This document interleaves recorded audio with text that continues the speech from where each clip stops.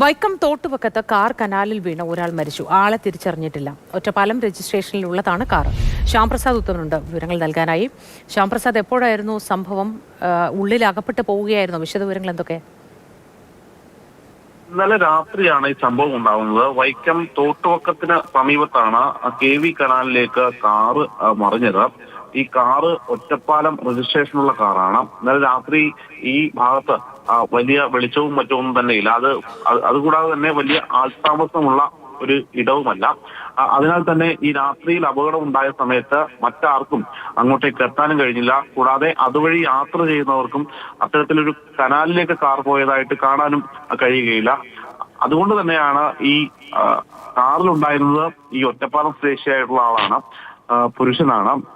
അദ്ദേഹം കാറിലെ വാഹനം ഓടിക്കുന്ന ക്യാബിനകത്ത് ഇരിക്കുന്ന നിലയിലായിരുന്നു ആ മൃതദേഹം കണ്ടെത്തിയത്. രാവിലെയോടുകൂടി നാട്ടുകാരാണ് ഈ കനാലിൽ കാറ് കാണുകയും തുടർന്ന് വൈക്കം ഫയർഫോഴ്സിനെയും പോലീസിനെയും വിളിക്കുന്നത്. തുടർന്ന് എത്തിയാണ് കാറിൽ പരിശോധിച്ചപ്പോൾ ഈ കാറ് വാഹനം ഓടിക്കുന്ന ക്യാബിനുള്ളിൽ നിന്ന് ഇയാളെ പുറത്തെടുത്തത്. ഈ ഒറ്റപ്പാലം രജിസ്ട്രേഷനുള്ള കാറാണ്. വാഹനത്തിന്റെ നമ്പർ KL 51R0180 എന്നതാണ് വാഹനത്തിന്റെ നമ്പർ. രാത്രി ഇതുവഴി പോയി സാധാരണഗതിയിൽ ആ വഴി യാത്ര ചെയ്യാറ് ആലപ്പുഴ അല്ലെങ്കിൽ കുമരകം വഴി കോട്ടയം ഈ റൂട്ടിലേക്കാണ് പോവാറ്. ഈ വാഹനത്തിൽ ഈ ഒരാൾ മാത്രമാണ് ഉണ്ടായിരുന്നത് എന്നാണ് ഇപ്പോൾ പോലീസിൽ നിന്നും ഫയർഫോഴ്സിൽ നിന്നും രജിസ്ട്രേഷൻ നമ്പറൊക്കെ നോക്കിയാൽ ആളെ തിരിച്ചറിയാൻ കഴിയുമായിരിക്കില്ലേ?